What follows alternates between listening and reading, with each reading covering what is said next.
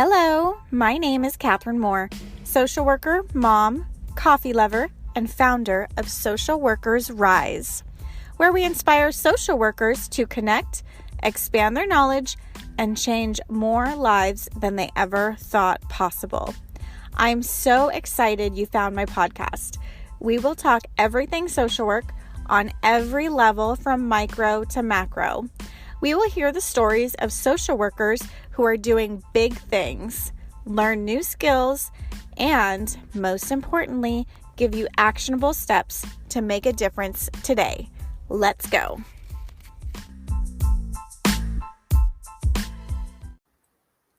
Hello, and welcome to another episode of Social Workers Rise. It is your host, Catherine here.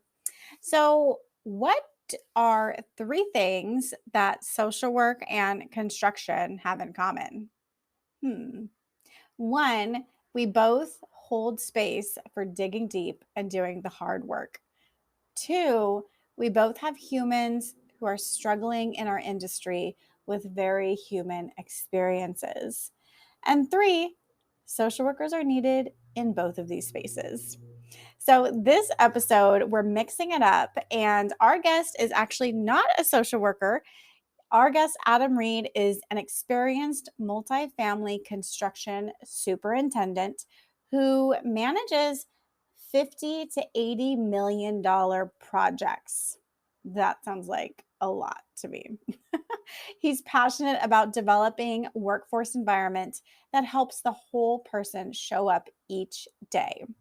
And this is really where I started to see Adam being set apart from other construction individuals that I have met, is that he states that he collaborates with experts in trauma, educational neuroscience, and child development to go back to the fundamentals of productivity. He's passionate about creating pathways to social justice. Now, Adam and I started talking on LinkedIn, and when I saw his profile and he's mentioning social justice, experts in trauma, neuroscience, I'm thinking, what the heck? This is not your typical construction worker. So that's why I was so grateful and excited to have him on the podcast, because he really gives us an outsider's look into the value that we bring to all industries as social workers. It doesn't just stop with construction or real estate, but these are really human experiences that social workers are needed to help with. And during the recording, he mentioned a statistic, which embarrassingly, I had no idea. But of course, I had to look it up. I had to validate some facts.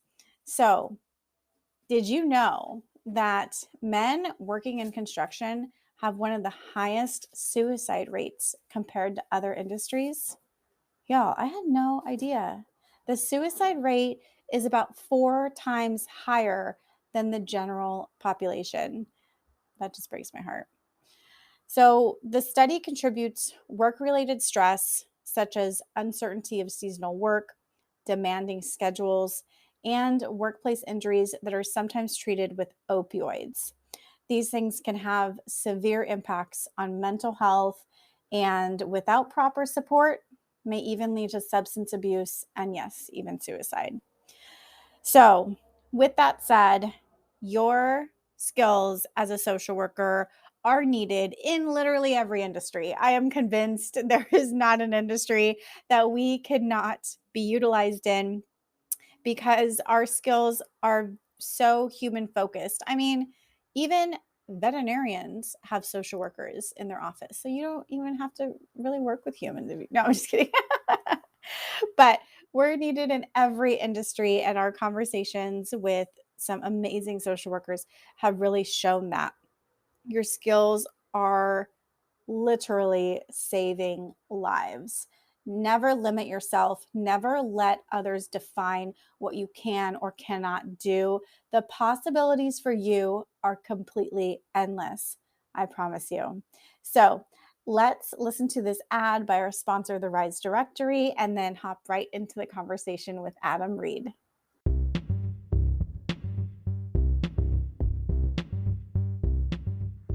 This episode is proudly brought to you by the RISE Directory, a national directory of clinical supervisors who are dedicated to helping the next generation of clinical social workers grow in their clinical skills.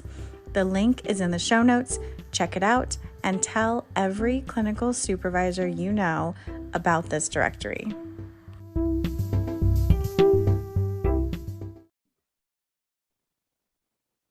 Hello, and welcome to another episode of Social Workers Rise. We are here with Adam Reed.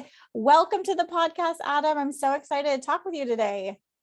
I'm very excited to talk with you, Catherine. Thanks for inviting me.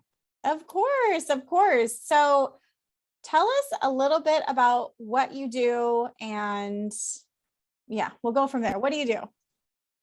I, as you know, am not a social worker. So I feel very privileged to be on your podcast.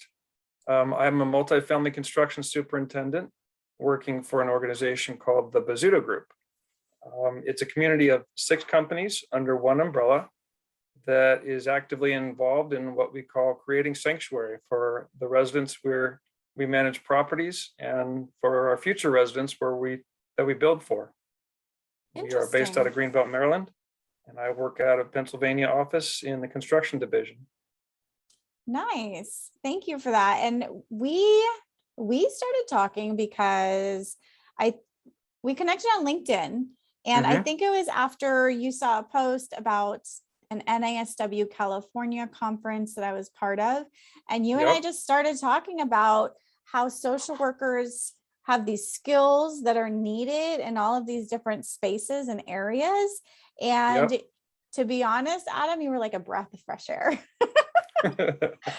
Because we as social workers, we know this. I mean, hopefully listeners, you know this, but it's hard to communicate our values sometimes to outside industry. So when we started talking and you're like, yeah, I see all this need for social workers, I was like, wow, that's cool. Let's definitely dive into this and have a conversation. Absolutely. So first, I'm curious, because you're in the construction business. Is that right? Construction? I am. I've been in construction for about 28 years. Okay. So where did this interest in getting social workers involved into like the community development type of work or design, where did that come from? Because they seem like really two different fields, on the outside. So they are on the outside. I will go back and explain a little bit more about what I do on the construction site and a little bit more about my personal history, if that's okay, to sort of kind of set the stage, if you will. Yes, please. My job is to help manage the ground up construction of apartment complexes, for mostly apartment complexes. I am currently on a project where we're building a senior living facility, working with a team of amazing professionals who are truly dedicated to the relentless pursuit of quality construction. Like corporate and community social work, we are constantly tasked with helping to coordinate the efforts of a community of stakeholders, whether it be engineers or owners or subcontractors, what have you. In this case, our construction projects involve coordinating the efforts of 30 to 40 subcontractors, different companies that we work with, the subcontractors and vendors, over the course of about 2 years. And it's a daily journey from a piece of land to final turnover where we build communities. It's a daily journey into the trenches of logistics and time-sensitive task completion. And it would be impossible to do what we do without having some understanding of how people work and how we can help them be successful. Bozzuto as a company is to a degree kind of doing our own form of macro social work and creating communities that make an impact on the lives of those we have the privilege of serving. So as I go through my daily tasks and I interact with people all day long, I find myself constantly going back to some of the things that I've learned from social workers that have been very important to me in my life, and as well as some other industries that I've been tracking over the years. a little on the personal background, my journey has to do with looking for ways to create a different world than the one I grew up in, where my dad's form of leadership was characterized by kind of your traditional authoritarian patriarchy.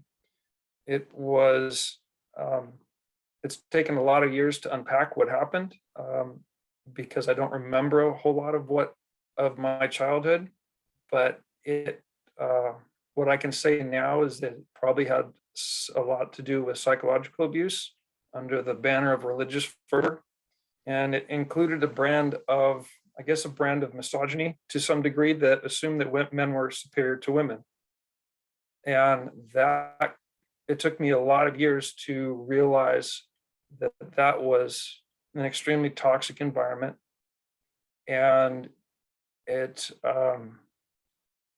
I think one of the most difficult parts was that I didn't know it was happening until I was pretty much grown up. And I look back and I feel like there was nothing that I could do to stop it from happening. It's almost like the fight or flight response was suppressed and locked up in a way that didn't allow me to engage in any form of action. So I guess in my late 40s, I'm trying to find a way of maybe balancing the scales, and creating that environment where I feel like I can create a world that was better than the one I grew up in. Yeah, that's a powerful So story. yeah, it's hard. It's been hard for me to unpack that over the years, because when you don't have, I really like the book by Bessel van der Kolk, The Body Keeps the Score, because what I realized along this journey was that really your body knows what's happening before your mind does. And even though you don't have memories of what happened, there's sort of like forensic evidence, if you will, to say there's something happened that was very wrong. And um, because there, what I'm feeling and what I'm experiencing doesn't appear to be normal. So that, to a large degree, um, that sort of set me on a journey in my late 30s of trying to rebuild, from the ground up, uh, what who I was and how I responded to the environment around me. Because even though I didn't um, I didn't inherit, if you will, that same attitude towards women, I did inherit a lot of those flash anger responses and those, um, I didn't have, it was almost as if I was sort of socially delayed from what happened.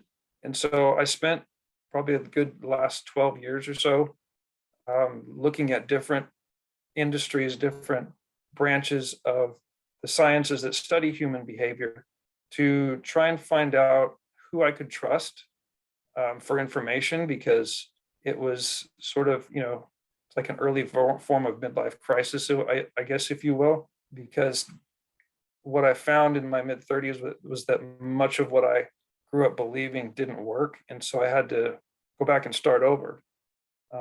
So along the way, we started to have kids, my wife and I. We have 5 kids now. And our oldest, who is now 18, is autistic. So that was an amazing journey into the world of developmental psychology and neurodiversity. And it's people like that that um, allowed me to start to rebuild that foundation. And as I continued on that journey, I realized that I had a ton of inner work to do. So I started to look at the trauma sector, started to read a lot of books, because I still wasn't sure who to trust. Um, I looked at educational neuroscience and other early education professionals that I interacted with, and I started to realize that there's a trend happening here, that most of the people that I was starting to trust, that I was able to trust, were women. And so that converged with um, sort of this attitude that, or this mission, I guess, is to try to balance the scales. And in the last few years, I've gravitated towards really towards the mannerisms, if you will, of the social work community, primarily because of a couple of really important, really influential social workers that I've had the privilege of coming to know. Well, that's an amazing story. And I'm sorry that you had to experience that, but it sounds like you have embarked on this journey of personal growth that takes a lot of courage, to be honest. I when you and I first connected a few weeks back, I think I sent you that one Canvas slide that people can find on my LinkedIn profile that has the huge metal trench box that that we use all the time in construction to create that safe space for people to go down into a fairly sometimes dark and deep and dangerous place and do some critical work. And I love that picture, and I love the idea of holding space. And that's really what a connecting point that I have with the social, with social work, is that holding that space, that really that holding the walls back, keeping things from collapsing around people, so that they have the opportunity to focus on the really important, the deep work. Right, exactly. Because it's that deep work that really creates the lasting change. I mean, it's hard. It's not easy to go down into the dark trenches and to see what's down there, because it's so easy to just leave it buried and not uncover it and say, my ground is a little bit rocky, but it's fine. I can cope with this. I can do this rocky. But as opposed to people like you, who you're like, no, there's something not right here. And we need to dig down and see what's going on a deeper level. Yeah, so there's two. Can I share about the two social workers that really impacted me? Is that okay? Yeah, please. I'd love to.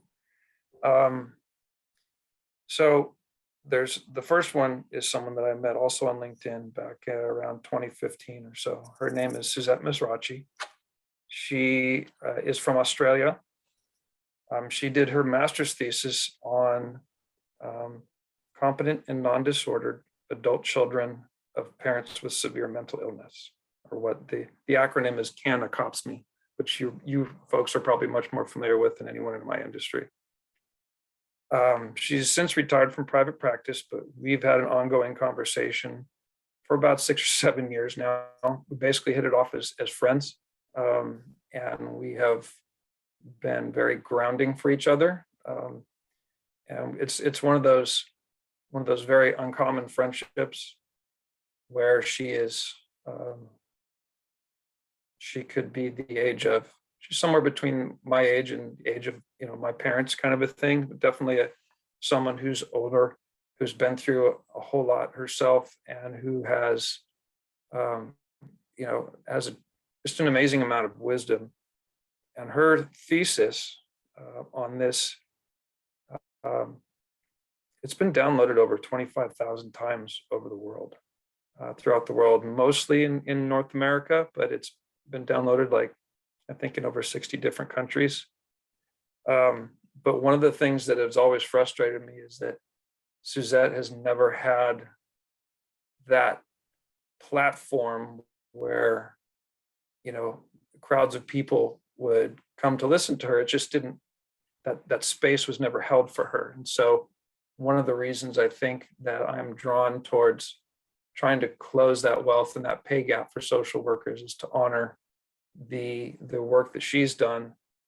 Because when you put your thesis out there and people can download it for free, you don't get paid for it, right? So and when someone downloads, if it was a book and people were buying tens of thousands of copies of her book, there would be a different story. So the second person who's had a major influence on my life is a local social worker, an LCSW, named Erin Conley. I met Erin at the first and only trauma conference I've ever been to here in Philadelphia, back in either 2017 or 2018. It was kind of a funny story, because when I went there and everybody was introducing themselves, I told them I was from the construction industry. And as you can imagine, there's some pretty befuddled faces going, "What are you doing here, Adam?" Yeah. you are so out of your element and out of your lane. Like, why are you here? And it really only took me a couple of seconds to come up with an answer. And I said, my industry, the construction industry, is probably among the first industries to need to know what you folks know, but likely the last ones to ask for it. We are an industry of nearly 90% men, and we don't know how to talk about much other than the task in front of us. Yet our industry is among the highest in suicide. So just since I've been in construction for almost 28 years now, I've spent the majority of that carrying tools. The last decade, I've spent more on the management side, but there's all that inner work that I had to do. So much of that was done when I was making repairs, working by myself, tearing apart somebody's house because either there was a leak there, or they wanted to do a remodel, or I was fixing something. But while your hands are and your body are working, your mind doesn't necessarily. What you do isn't always that complicated. And if you have other work, other things that are nagging at you, that are pulling at you, then it's almost like you get a 2-for-1. You get to earn a paycheck, and you also try to solve the bigger problems that are going on in your head. The trouble with my industry is that it's a great place to go and put your head down and get a paycheck, but there are very few people. Like, you can get lost on the back end trades if you're trying to finish a project and all you're doing is caulking or spackling or painting tiny little nicks or whatever. It can really mess with your head. And I've talked to other guys that are in the trades at that point, and I've even had a few years ago, I had what we call punch out guys, the guys who are doing this work.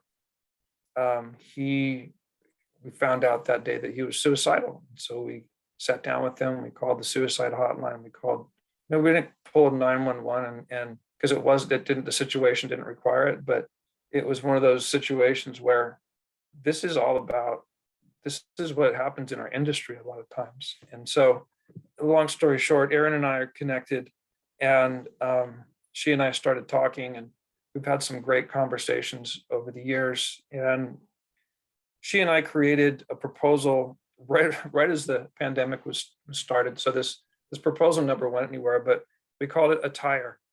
It's an acronym that stands for Active Training in Trauma-Informed Real Estate. And it was designed to start the conversation about mental health, both in construction and really in property management, because you never know. I don't work in the property management space, but I would imagine that there's so many, as if you're in the property management space and you interact with these clients all the time, how do you know how to manage those conversations where, hey, does this person need help? How can I help them when their world turns upside down?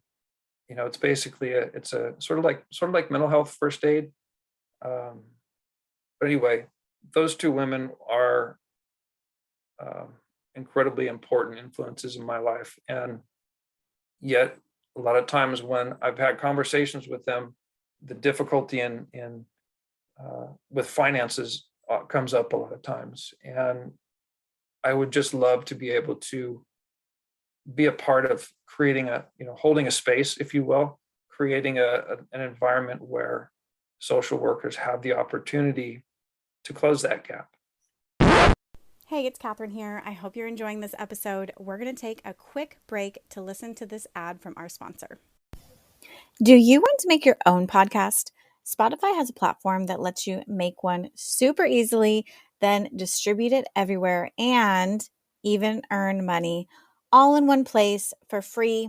It's called Spotify for Podcasters.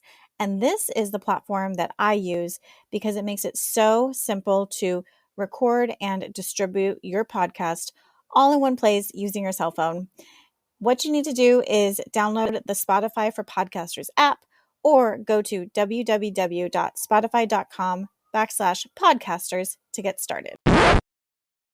Yeah, that's a really great idea. What was the acronym that you said?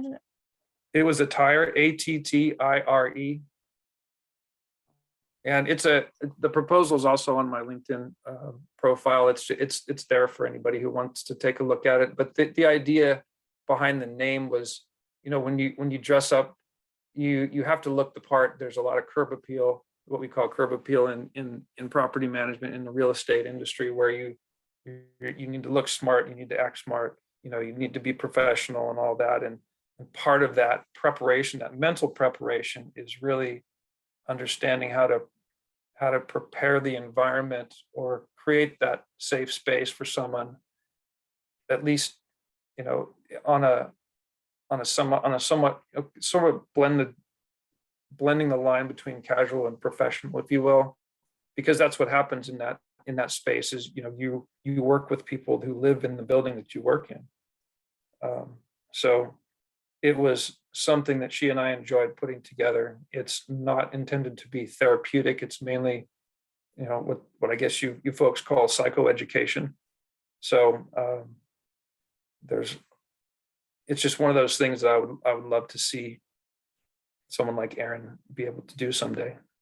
Yeah, that's fascinating, because I just got back from a real estate conference because my husband is a realtor. So he's in that space. And I know like some other family members are in construction. And what you're talking about, I think, is reflective of a lot of other industries. I mean, our society, right? Because we don't know how to talk about our emotions, our feelings, our traumas. It's not always appropriate. And if we do, in spaces, for example, as real estate, you could lose business. It could jeopardize your income if they think, oh, that Catherine over there, she's kind of off her rocker a little bit. There's still this stigma that affects all of us, and especially those outside of the mental health space. So I really appreciate that.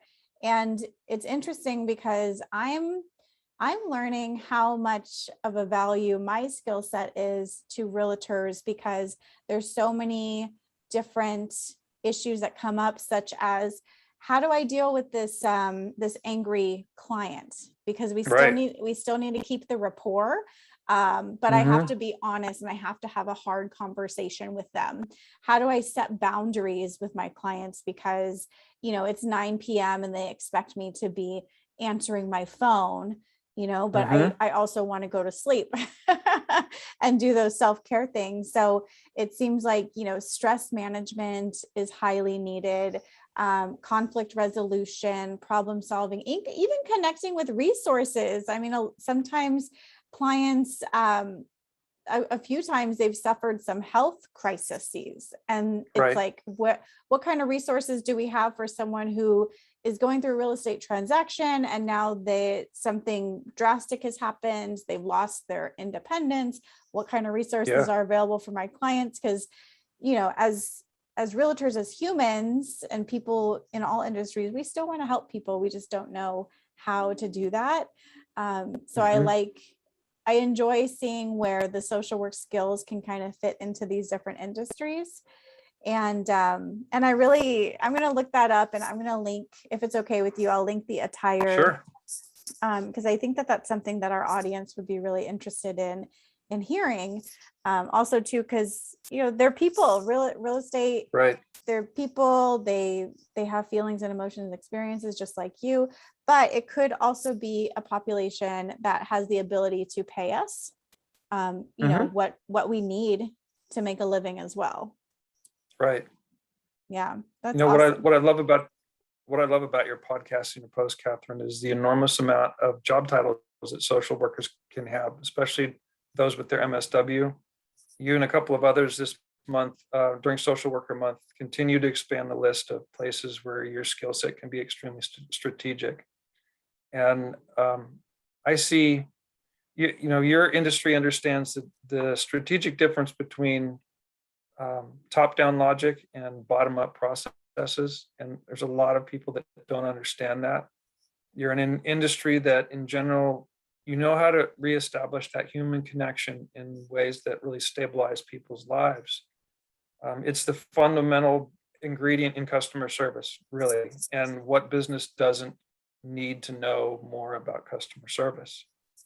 It's one of the most foundational aspects of productivity, of relational stability, and really it allows people to establish or reestablish that emotional regulation, like you were talking about, in a way that gives them back control of their own lives. Um, I don't, I mean, talk about a fundamental building block of the business, of customer retention, the client retention, of um, repeat business.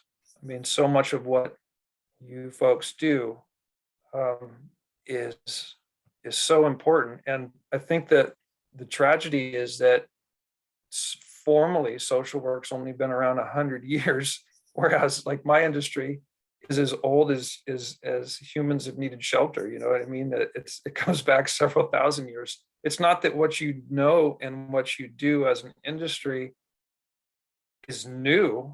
It's just only been formalized. And so many industries, I believe, aren't trained to look in your direction.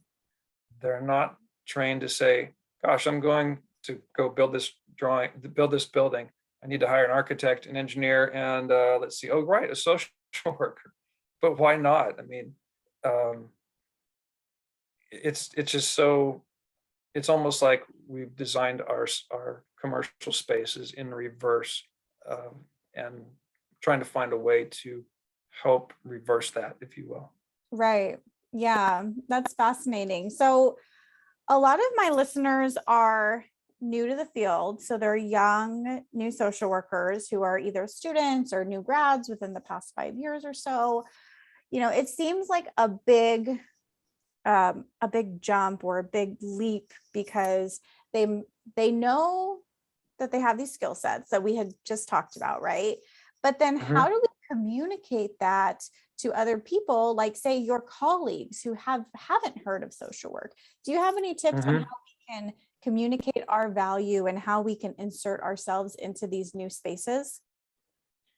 So one of the ways that I've learned to be influential as a construction superintendent, it is behind the scenes work, and that's a lot of what social workers do as well.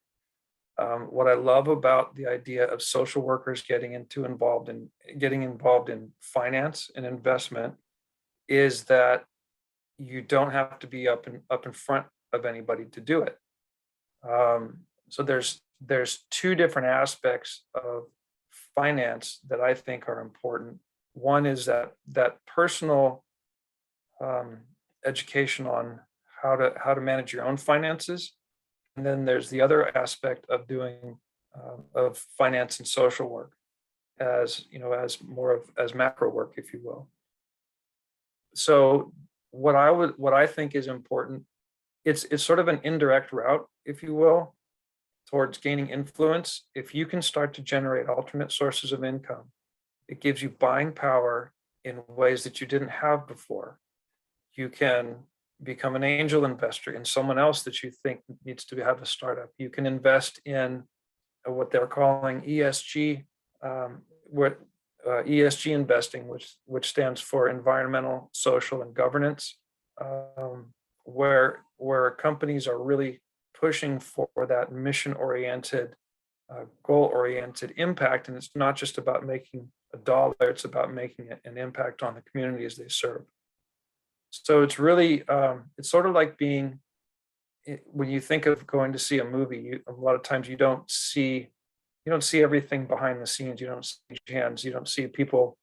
Um, all the end of the movie, you see the hundreds of people that put the movie together. All you see is the actors on the front of the stage. But really, as you develop your ability to earn more income, your power grows.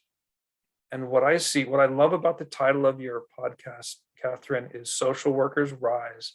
And I have this, and when I looked at the demographics, just in the US, there's almost 700,000 social workers in the US. And when I hear, when I hear you say social workers rise, it's almost like, okay, it's time for everybody to stand from where you're seating and, and go active, if you will, get into active duty. It's not that you're not already, but that whole idea of this is our time, this is our platform, this is our space, this is our microphone. Let's go do this as a collective whole rather than one or two individuals. So I see your industry as especially being over 80% women, women in leadership, whether it's micro work, working one-on-one with people, whether it's meso work, whether it's macro work. Collectively, you have the ability to be incredibly influential, and not just in the day-to-day things that you do, but in the day-to-day ways that you spend your money. So I don't know, does that answer the question at all? Yeah, well, you hit on a couple different points. And one, you totally get me, because that is exactly why I named the podcast Social Workers Rise. It's like a call to action, right? Right. I've said many times I was about to quit social work, and then I started the podcast because I decided, no, this is who I am. This is what I identify as a career. And I don't want to leave. I want to start making changes. If there's something wrong, I Right. want to make changes. And I know the power of social workers, and they are the number one most untapped resource in advocacy that we have, and in Right. wellness and mental well-being in the United States. So what I'm hearing from you is, if social workers, they might be new and we might not have a lot of capital or money right now, but in the future, it is one, money is not evil. There is a lot of good that can be done with money, like angel investing, like you said, investing in companies that are doing well, that are acting responsibly, and maybe trauma informed, right? So, and to do that, we're not going to just do that with one job, right? Like, that's Right. not how people get rich. They don't just Right. work a 9 to 5 and that's it. They have investments, they diversify their portfolio, they take on extra work. So in addition, what I'm hearing too is there's work going on behind the scenes. So networking, starting to talk with other people outside of the industry of social work to really build those relationships and let them know what value we have. What do we do? Educate them on how we can help them as humans in their industry, because any industry is going to have customer relation problems. They're going to have employee retention problems. They're going to have diversity issues. They're going to need mental wellness and a space to, a safe space, right, to process trauma and to deal with their anger. So all of these are very human emotions that can be addressed in any industry, and then starting to work behind the scenes and make those connections with people outside of social work. Is that kind of a good summary? Yes. So to get there, there's a couple of organizations. I'm very new. This isn't something I've been doing for a long time. I've been doing some research on what kind of organizations already exist, and what I'm finding is that there are a growing number of organizations that are designed by women, built for women, that are extremely active in educating women about finance, about investments. There's one that fairly new startup in Singapore with a founder named Tanya Rolfe. She and some other female founders are running an organization called Sophia Women. She and I have been chatting a bit, and she wants to get involved in educating children about finance as well. And I thought, wow, that would be amazing to have that many more years. If you educate the children and the parents about investing, it can impact them to intercept and terminate the cycles of trauma, because a lot of trauma comes from not having enough resources to stabilize your family or your living situation. Another organization is Her CEO Journey with Christina Sjali, Sjhali, I think. I've listened to several of her podcasts. She has some wonderful series that she's been running on what she calls patient capital, as in capital that isn't so aggressive and isn't so impatient, that it demands everything right now. And what she's doing in a lot of different spaces, really what I see as social work. And then there's another organization here in the US run by Sally Krawcheck called Elevest, an Elevate network that does similar things in educating women um, on how to invest in financial strategies and all that. So then I said, okay, well, what's happening in the social workspace? I might be creative, but I'm hardly ever original. So I said, what's going on with social work and finance? And what came up very quickly was something that's been going on since 2008 at the University of Maryland called the social work, what is it, Finances and Social Work Initiative. And I sent you the links on those, or I can send them to you if I haven't. It's the University of Maryland Financial Social Work Initiative. So that's been around since 2008. I reached out to them recently because I just found them. Don't really have a whole lot of information on them, but obviously this isn't anything new. And then another social worker friend that I have, she sent me some information on the Center for Financial Social Work in North Carolina with founder Rita Wolfson. There's some overlap between that and what's happening in Maryland, because I believe Rita has also taught up at the University of Maryland in some of these classes, but there's a lot. This is not a new thing. So what I would love to see, especially with an industry that's really women led, is to intersect what's happening with organizations like Sophia and her CEO journey and Elevest with things that are happening with social work, and see what kind of synergy there can be between the two. Yes, I love all these resources. Thank you so much. All of the links are in the show notes. And it's interesting that you mentioned the Center for Financial Social Work with Rita Wolfson, because she's actually going to be our next podcast episode after this one. So coming up next week. Yeah. Next week we'll have what a Rita great on lead here. Exactly. That was not planned. We are not sponsored. Hey, I'm all for things coming together the way they're supposed to. Exactly. Well, thank you so much, Adam. It was a great conversation with you. Is there anything that we didn't touch on that you feel it's important for social workers to know? Keep your head up. Keep doing what you know how to do.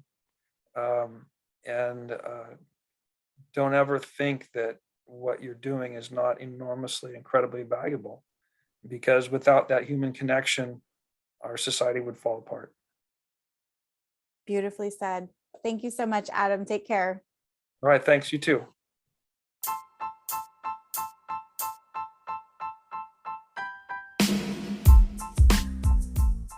Thank you for joining us on another episode of Social Workers Rise. If you loved it, please open up your iTunes, tap the 5 stars, and leave a short note on why you love listening to the Social Workers Rise podcast. Also, if you want to share it on social media, I absolutely love it. You'll have me fangirling all over you. Take a screenshot and share it and tag me at Social Workers Rise on Instagram and Facebook. Lastly, just want to leave a little bit of legal disclosure here that the information, opinions, and recommendations presented in the Social Workers Rise podcast are for general information only, and any reliance on the information provided in this podcast is done so at your own risk. This podcast should not be used in place of professional advice, therapy, or clinical supervision. And with that, my friends, I'll talk to you next week.